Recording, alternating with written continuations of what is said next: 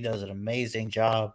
This is from the ClemsonInsider.com, and her comments on the path to the college football playoff for the Clemson Tigers and Dabo Swinney this year in 2022.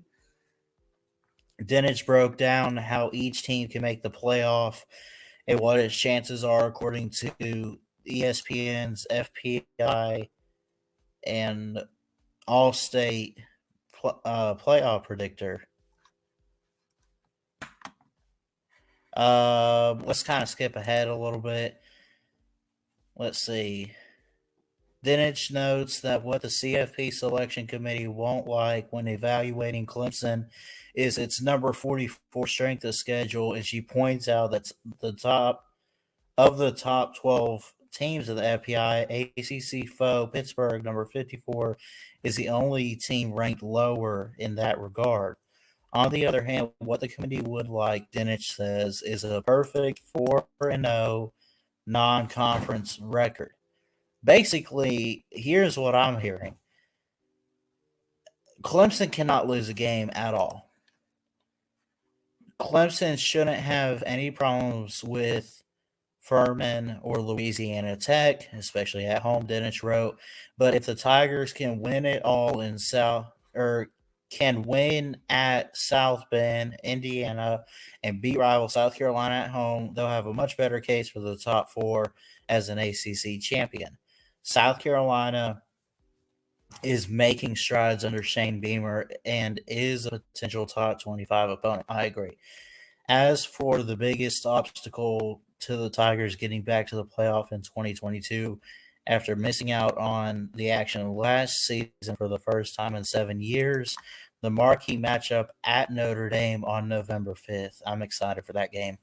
This should be Clemson's biggest opportunity to impress the selection committee on the national stage, Dinich wrote. If Clemson loses this game, it can still finish in the top four with an ACC title, but it's not a guarantee. It still depends on how the other Power 5 champions fare in similarly difficult non-con games. Here's how I would put it, right? I would say Clemson has to hope for teams like Miami, NC State to be better than maybe we expect them to be and have some hope. And you're welcome, Jacob. Appreciate it, buddy. Anytime. I'll get to that in a second. Clemson has to hope that teams like NC State and Miami are better than we think. You know, you got Mario Cristobal at Miami, Tyler Van Dyke at quarterback, NC State has good potential. From what I'm hearing, seriously, Coach Doran is doing a lot overall, and the Wolfpacks, they have some potential. The Wolfpack has potential. They got a good roster. They really only lose Akeem Ikwanu to the draft. And even if they weren't, you imagine this year's team with the potential that they have. And they got Michael Allen as a freshman. They got Rakeem Ashford, who's a safety, a junior, right? Tyler Baker-Williams, Jacoby Baldwin, Shaheem Battle, Anthony Button, right? And they got all these red shirts, these transfers, Anthony Carter, Devin Carter, both of them from one's from Clayton and one's from Charlotte, so I'm assuming they're not related.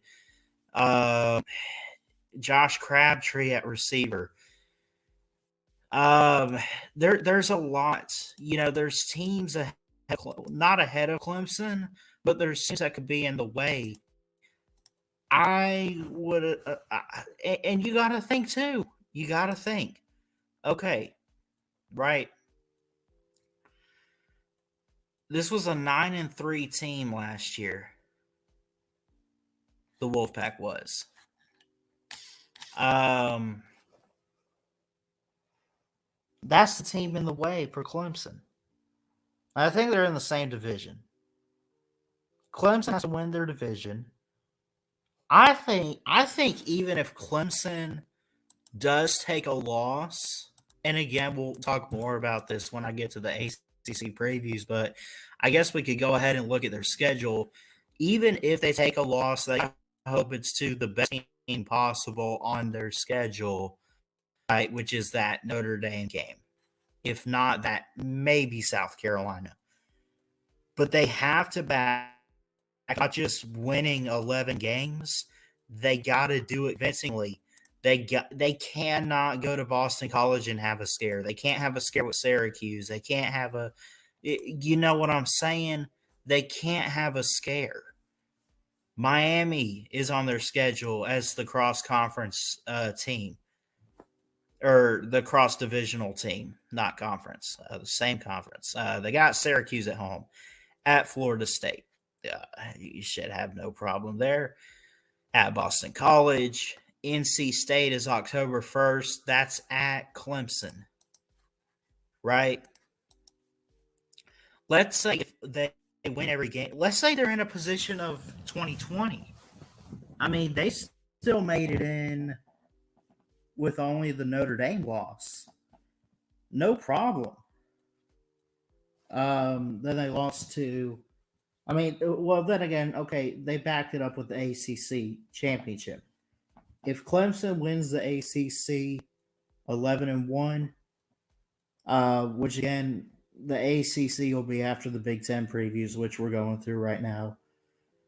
But if they win the ACC, they have a chance.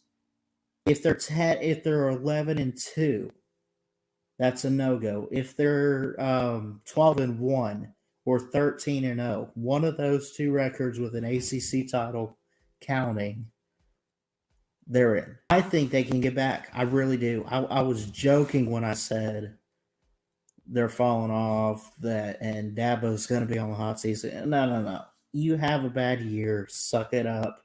Shake it off. Learn from it. Right? You got DJ. I think, is it Ross going pro or something? They're recruiting greatly. Brian Breesy on the defense. They got all this talent. You got Dabo's sons. You got the Venable kids. You know, Frank Latson is a receiver to watch out for. I'm telling you. Clemson's going to be back at some point, and it might be this year. And believe me, I hate Clemson. I don't like Clemson. I love Pigskin Pete to death. He's a good friend, great YouTuber. I don't like Clemson. I got family members that are Clemson fans, and they're just, I love them to death, but man, they are annoying to the core.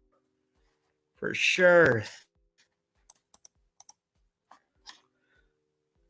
I hope I'm wrong about Clemson being back. But in all fairness, unbiased, I think they might. But we'll see. Again, Heather Dinich says the marquee matchup is Notre Dame on November 5th. Biggest opportunity to impress the selection committee.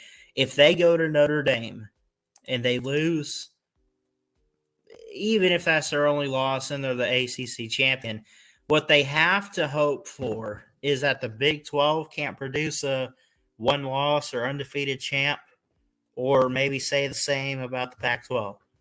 Because I think the Pac 12 with a team like Utah would do better. And I think the Big 12 with a team like Oklahoma State or Baylor would do better and be favored more so than Clemson would be for a playoff bid. But we'll see.